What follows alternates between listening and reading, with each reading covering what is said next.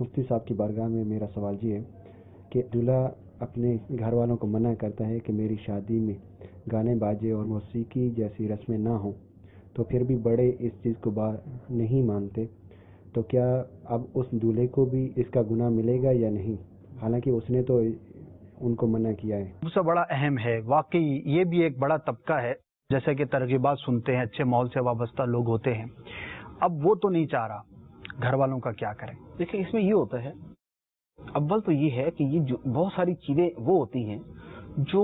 بہت ساری چیزوں کا تقاضا کرتی ہیں، یہ اس میں یہ نہیں ہوتا کہ بالکل آخری موقع کے اوپر آدمی کھڑا ہو جائے کہ نہیں ہونے دوں گا، یعنی یہ تو ٹھیک ہے، گناہ ہے تو اس کو یوں ہی روکا جائے گا اور وہاں یہی کہا جائے گا کہ میں نہیں ہونے دوں گا، جتنی میری طاقت ہے میں اس کو روکوں گا، لیکن اس کے پیچھے ایک پورا بیک گراؤنڈ چلتا ہے۔ جیسے امیر علیہ سنت فرماتے ہیں کہ گھر میں مدنی ماحول بنانے کا طریقہ صحیح، تو وہ ایک پورا پروجیکٹ چلتا ہے۔ وہ کیا ہوتا ہے کہ آپ کسی خاص موقع کے اوپر ہی امر بالمعروف و نہی عن المنکر کے لیے کھڑے نہ ہوں، اس سے پہلے وہ ماحول بنانا شروع کریں۔ اب آپ شروع سے اگر اپنے گھر والوں کو تھوڑا سا درس سناتے ہوتے، ان کو فیضان سنت کا درس دیتے، ان کو جو ہے یہ صراط الجنان تفسیر کا درس دیتے، ان کو قرآن پڑھاتے، ان کی دینی تعلیم و تربیت کی کوشش کرتے، اپنے گھر کے افراد کو ذرا اجتماع کے اندر لے کے جاتے، ان کو مسجد کی طرف لے کے جاتے، ان کو ذرا تھوڑا سا نیکی کی دعوت کی کوئی صورت ہوتی، ان کو مدنی چینل دکھایا ہوتا، یہ ساری چیزیں ہوتی ہیں تو گھر والوں کا ذہن بنتا ہے۔ کمپلیٹ پروسیس، یعنی آپ کو کچھ کرنا پڑے گا۔ جن گھروں کے اندر یہ باتیں مان لی جاتی ہیں، وہاں یہ تھوڑی ہوتا ہے کہ ایک آدمی بولتا ہے تو سارے بولتے ہیں تمہارے ادب کی وجہ سے ہم نے ساری باتیں مان لی، وہاں ایک پورا ایک پروسیس چل رہا ہوتا ہے، اس پروسیجر کے بعد جا کے گھر والے سارے اس کو ماننے کو تیار ہوتے ہیں۔ لیکن تنے تنہا یہ بولے کہ ہم صرف ایک خاص موقع پر بولے اور سارے رک جائیں، ایسا ہونا مشکل ہے، اگر اس کا کرنا درست ہے اور اس کو کرنے کا حکم ہے۔ اچھا، اب دوسری بات یہ ہے کہ ایسے موقع پہ ویسے حکم کیا ہے کہ گھر والے تلے ہوئے کہ ہم نے یہ سارے کام کرنے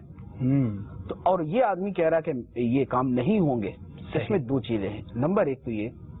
کہ گناہ سے روکنے کے 3 درجے ہیں۔ پہلا درجہ یہ ہے کہ اپنے ہاتھ سے روکے، جو یہ روک سکتا ہے نا وہ ہاتھ سے روکے کہ بھئی میں یہ نہیں ہونے دوں گا، ٹھیک ہے، اب جو مرضی کر لے میں نہیں ہونے دوں گا۔ گھر کے اندر جس کی چلتی ہے، خواہ وہ باپ ہے یا بڑا بھائی ہے یا وہ دادا ہے یا وہ ماموں ہے، اگرچہ وہ اس گھر میں نہیں رہتا لیکن وہ اپنے ہاتھ سے روک سکتا ہے ان کو، انفلوئنس ہے اس کے اوپر یہ واجب ہوگا، اس پر یہ واجب ہوگا کہ وہ روکے، اگر وہ نہیں روکے گا قدرت کے باوجود تو وہ گناہگار ہوگا۔ اچھا، یہ پہلا درجہ۔ دوسرا درجہ یہ ہے کہ وہ اپنی زبان سے روکے، اس زبان سے ان کو سمجھائے،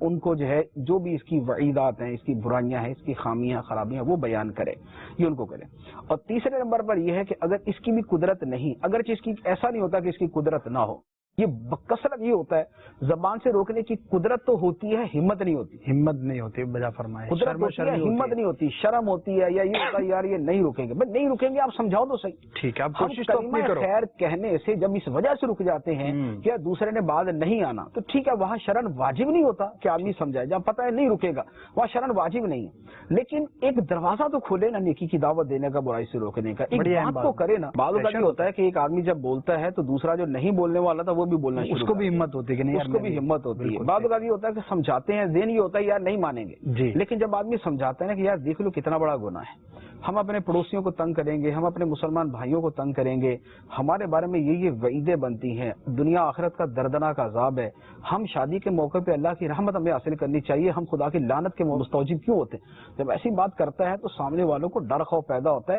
چلے 100% نہیں رکیں گے تو کچھ نہ کچھ چیزوں سے کمی آ جائے گی، کچھ نہ کچھ رکیں گے، 10 گناہ سے 5 گناہ ہو جائیں گے، یہ بھی تو بہت بڑا بینیفٹ ہے نا کہ اتنا کھلم کھلا گناہ کرنا تھا کسی چیز سے تو رکے، اعلانیہ کرنا تھا پوشیدہ کی طرف تو آئے، محلے والوں کو تنگ کر کے کرنا تھا اس سے تو پیچھے آئے، یعنی سارے گناہوں سے نہیں روک سکتے تو کچھ گناہوں سے روکنے کی تو کوشش کریں۔ صرف بے ہمتی کی وجہ سے، سستی اور کاہلی کی وجہ سے بالکل خاموش ہو جانا ہمارے ہاں برائیوں کو پھیلنے کی وجہ یہ بنی۔ جب آدمی دوسرے کا لحاظ کر کے شرم کر کے اس کو بولنا چھوڑ دیتا ہے، نتیجہ یہ ہوتا ہے کہ وہ برائی جو ہے نا وہ پھیلتے پھیلتے وہ ایسی ہو جاتی کہ پھر بے دھڑک جو ہے اس برائی کا ارتکاب کیا جاتا ہے۔ پہلے گھروں کے اندر بڑے جو تھے وہ روک دیتے تھے بہت ساری چیزوں سے، اب وہ کہتے ہیں خوف ہوتا تھا کرنے دو جو بھی، ناراض ہو جائیں گے۔ اب کیا ہوتا ہے جب کرنے دو جو کر رہے ہیں تو اس کے بعد پھر وہ کھلا کرتے ہیں، پھر جو بھی کرنا ہوتا ہے انہیں کرنا ہوتا ہے. تو لہٰذا دوسرا درجہ جو ہے زبان سے روکنے کا اس کو اختیار کرنا چاہیے. تیسرا درجہ یہ کہ واقعی ایسی صورت ہے کہ بولنے کے اوپر بھی جو نا لڑائی شروع ہو جائے گی. صحیح. اور یہ لڑائی کا متحمل نہیں، یعنی وہاں بھی حکم یہ ہے کہ اگر اس کو تکلیف پہنچے گی اور یہ صبر کر سکتا ہے تو افضل ہے وہاں بھی بولے. اچھا. نیکی کی دعوت دینا، برائی سے منع کرنا اتنا اہم ہے. فرمایا کہ یہ بولے گا اور سامنے والے اس کو ماریں گے، اس کو برا بلا کہیں گے، اور یہ صبر کر سکتا ہے، فتنہ نہیں پیدا ہوگا، تو تب بھی اس کے لیے افضل یہ ہے کہ یہ وہاں پر بولے. نیکی کی دعوت. ہمارے ہاں تو اس سے 15 درجے پیچھے کھڑے ہو کے رک جاتے ہیں کہ نہیں یار انہوں نے ماننی نہیں ہے اور فتنہ ہو جائے گا، لہذا میں نہیں بولتا. اچھا، اب اگر واقعی کوئی ایسی صورت ہے کہ کوئی بھی صورت بولنے کی بھی نہیں ہے، اب اس کو دل میں برا جانے، ٹھیک ہے، دل میں برا جانے کہ جو یہ کر رہے ہیں غلط کر رہے ہیں. یہ ہے پہلا اسٹیپ جو میں نے جو سوال کیا گیا اس کے اعتبار. اچھا، دوسری صورت یہ ہے کہ اب اس کے روکنے کی وجہ سے، زبان سے کہنے کی وجہ سے، دل میں برا جاننے کی وجہ سے وہ نہیں رکے، تو اب کیا اس کے بعد اس کو شرکت کرنا جائز ہو گیا؟ صحیح. کیا اب یہ سارے کاموں کے اندر یہ شرکت کرے گا کہ یہ بھی جا کے ساؤنڈ والے کو بلا رہا ہے کہ بھائی صاحب آ جاؤ، یہ بھی جو ہے کسی ناچ گانے والے کو بلا کے لا رہا ہے، یہ بھی جناب ڈھولکی پکڑے ہوئے آ رہا گھر پہ کہ جناب بچاؤ اس کو، اس کے لیے وہ پھر بھی حرام رہے گا. اس کا باپ کہے، اس کی ماں کہے، اس کے جناب اس کا دادا کہے، اس کا نانا کہے، اس کا جو مرضی رشتہ دار کہے، اللہ تعالیٰ کے احکام پر کسی دوسرے کا حکم نہیں چل سکتا. اللہ تعالیٰ کے حکم پر کسی کے حکم کو فوقیت نہیں دی جا سکتی. سرکار علیہ الصلوۃ والسلام کے فرمان پر نہ ماں کا حکم چلے گا، نہ باپ کا حکم چلے گا، نہ دادا کا، نہ نانا کا، نہ گھر کے بڑے کا، نہ کسی محسن کا، نہ کسی اس کا جس کا بڑا جناب زور ہے گھر کے اوپر اور بڑی چلتی ہے، اس کی چلتی ہوگی جہاں مرضی چلتی ہوگی، اللہ رسول کے حکم کے اوپر اس کی نہیں چل سکتی. وہاں پر دو ٹوک الفاظ کے اندر یہ بولے گا کہ میں گناہ کے اندر بذات خود شریک کسی بھی صورت نہیں ہو سکتا. نبی کریم علیہ الصلوۃ والسلام نے فرمایا لا طاعت لمخلوق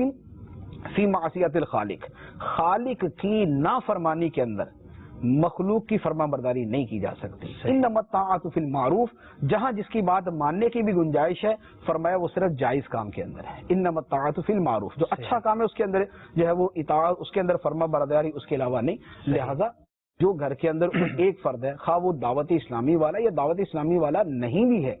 اگر وہ دعوت اسلامی والا نہیں ہے، مسلمان تو ہے، اس کے اوپر اللہ رسول کے احکام تو ہیں، اس کو بھی تو یہ سارا کچھ فرمایا گیا، اس کو بھی تو یہ کہا گیا پڑوسیوں کو تنگ نہ کرو، اس کو بھی تو یہ کہا گیا ہے کہ یہ بے حیائی اور یہ والے سارے کام نہ کرو، اس کے لیے بھی تو لہم عذاب علیم فی الدنیا والآخرہ کی وعید ہے. لہذا اس نے بھی اس سے بچنا. باہر صورت خواہ وہ داڑھی والا ہے یا نہیں ہے، وہ نمازی ہے یا نہیں ہے، وہ گناہ اپنی جگہ، لیکن ان گناہوں کے اندر شرکت کرنا اس کے لیے حرام ہے.